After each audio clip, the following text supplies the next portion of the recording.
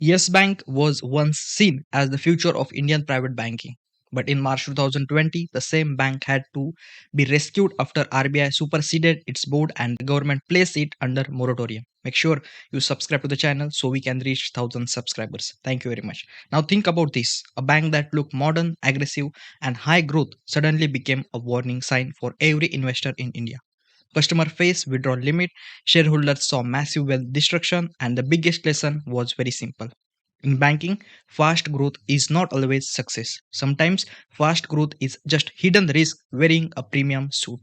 Yes Bank was founded as a new age private bank. It focused heavily on corporate banking, large borrowers, structured loan, and aggressive balance sheet expansion. For many years, the number looked exciting. Loan growth was strong, profit growth looked impressive. The market gave it a premium valuation. Investors believed they had found the next big private banking story. But here is the shocking part. A bank does not collapse because of one bad quarter. A bank collapses when trust, asset quality, capital, and governance start breaking together. In Yes Bank's case, the warning signs were there before the final fall. RBI's asset quality review raised concern about divergence between reported bad loan and actual stress loan.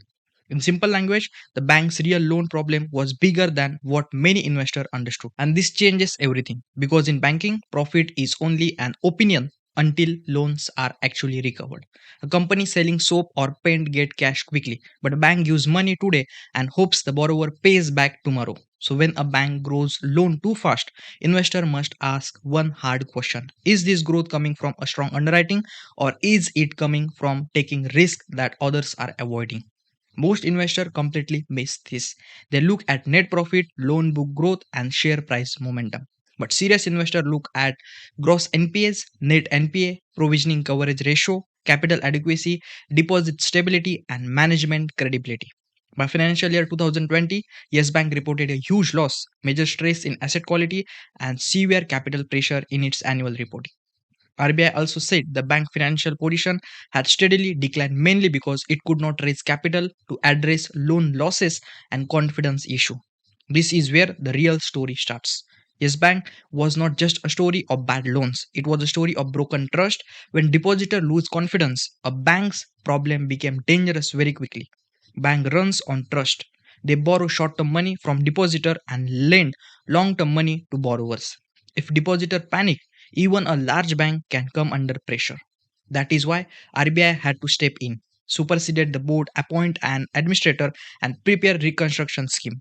But investors should ask one deeper question. Why did the market ignore the risk for so long? The answer is psychology. Fast growth creates excitement, rising stock price create confidence, famous management create comfort, and strong past return make investor lazy. When a stock keeps going up, people stop asking difficult questions. But in financial companies, difficult questions are everything. Who are borrowers? How concentrated is the loan book? Are stress loan being recognized early? Is capital strong enough? Is management transparent when problem appear?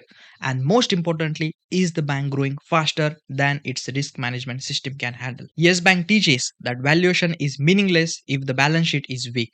A stock can look cheap after falling 50% and still fall more if the real asset quality is worse than expected. It also teaches that in banking, governance is not a soft factor. Governance is the business model because investor cannot personally verify each loan file. They must trust management, auditors, board oversight, and regulator disclosures. The final lesson is not that every fast growing bank is dangerous. The lesson is that growing without a risk control is not compounding, it is leverage. And leverage looks beautiful in good times but brutal in bad times. Yes, banks collapse remind investor that in banking, the best company is not always the one growing the fastest. It is the one growing with discipline, clean disclosures, strong capital, conservative lending, and credible management. So before investing in any bank, do not only ask how fast it is growing, ask how safely it is growing. Because in banking, one hidden risk can destroy years of visible growth. Like this video, subscribe to the channel, and comment your view on Yes Bank. See you in the next video. Bye bye.